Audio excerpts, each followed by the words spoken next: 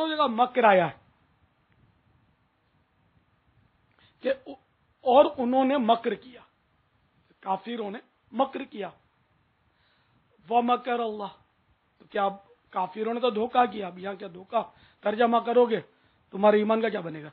اگر نعوذ باللہ رب کو دھوکہ باز کہہ دیا تو پتہ چلا کہ ایک ہی آیت کے دو اجزاء جو ہیں، ایک جز میں مکر کے معنی دھوکہ ہے جو کہ بدترین گناہ ہے، کبیرہ گناہ ہے، اور دوسری آیت میں وہی لفظ مکر عربی کا لفظ ہے. اب یہاں ایسے معنی کرنے پڑیں گے جو اللہ کے شایان شان ہو. نہیں کرو گے تو پھر اپنے کہیں ایمان سے ہاتھ نہ دھو بیٹھو. تو یہ کون کرے گا؟ میں کروں گا. تم کرو گے کیا؟ تم کو عربی کتنی آتی ہے؟ کون سی لغت تم نے پڑھی ہے عربی؟ کون کرے گا؟ یہ علماء کریں گے. میں کہوں گا ہر عالم بھی نہیں کرے گا. یہ وہ پائے گا عالم کرے گا جس کی نظر تفسیروں پر ہوگی. ہر ایک کو عربی کا یہ قرآن پاک کا ترجمہ ہر عالم کر بھی نہیں سکتا.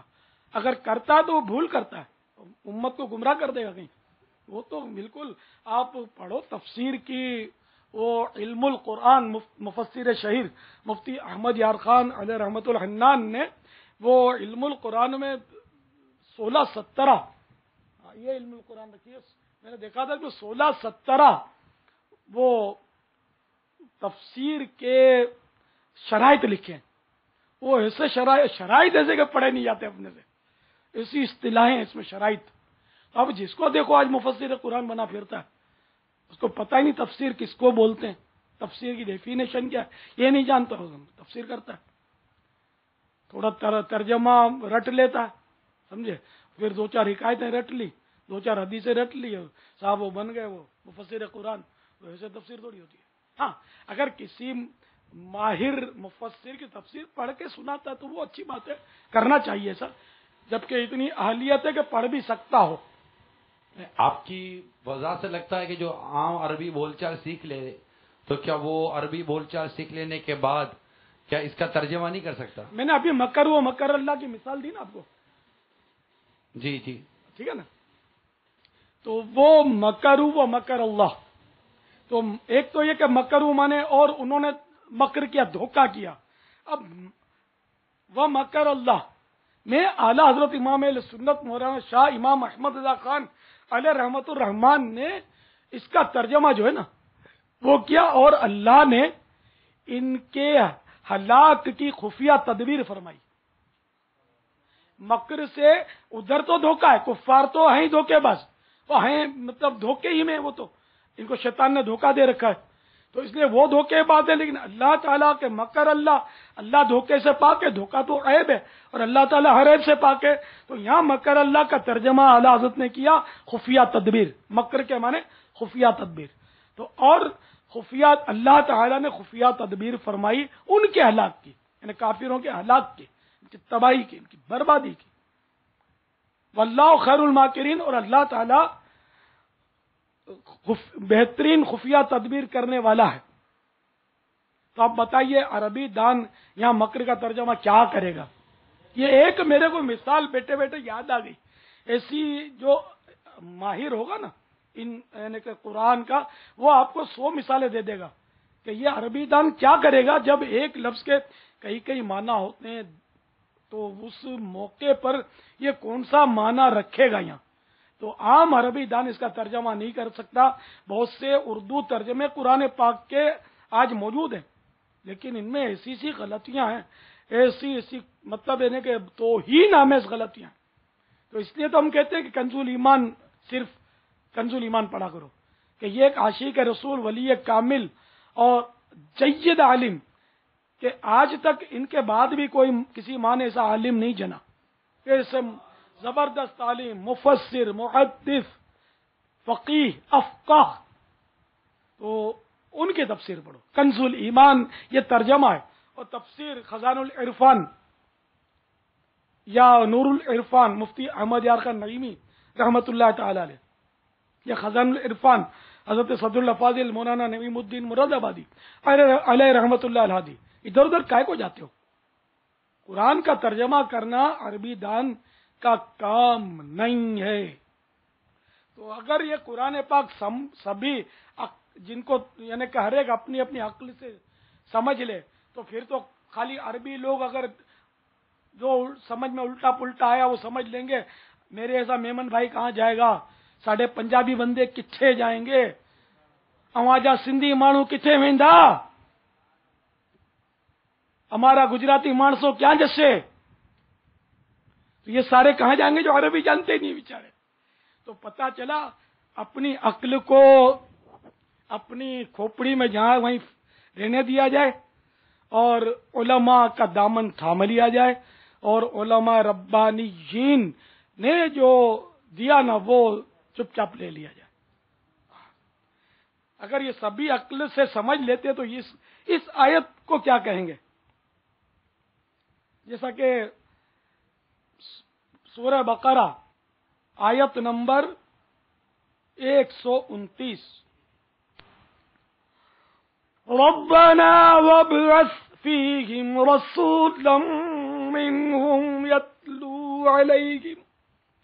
يتلو عليهم آياتك ويعلمهم الكتاب والحكمة ويزكيهم إنك أنت العزيز الحكيم. میرے آقا نعمت امام اہل سنت عظیم البرکت عظیم المرتبت پروان شمع رسالت مجدد دین و ملت مولانا شاہ امام احمد رضا خان علیہ رحمت الرحمان اپنے شورۂ آفاق ترجمہ قرآن کنز الایمان میں اس کا ترجمہ کچھ یوں کرتے ہیں: اے رب ہمارے، اور بھیج ان میں ایک رسول انہی میں سے کہ ان پر تیری آیتیں تلاوت فرمائے اور انہیں تیری کتاب اور پختہ علم سکھائے اور انہیں خوب ستھرا فرما دے. بے شک تو ہی غالب حکمت والا. تو یہ ابراہیم علیہ السلام نے دعا کی تو ان کی بھی پھر نعوذ باللہ ایسے لوگ تو کہیں غلطی ہو گئی. جب وہ قرآن سب عقل مندوں نے سمجھ ہی ڈالنا تھا تو پھر سرکار صلی اللہ علیہ وسلم کے لیے یہ دعا کرنا کہ ایسا رسول بھیج جو ان پر تیری آیتیں تلاوت کرو، انہیں تیری کتاب اور پختہ علم سکھائے. تو سکھانے کی محتاجی باقی ہے، ٹھیک ہے نا.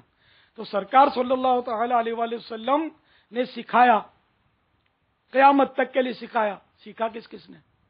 بھائی ٹھیک ہے، جنہوں نے سیکھا وہ بہت سیکھ لیا، اچھا سیکھ لیا، وہ اپنی عقل سے قرآن و حدیث کو شریعت کے مطابق اس کی وضاحتیں کرتے، تفسیریں کرتے ہیں.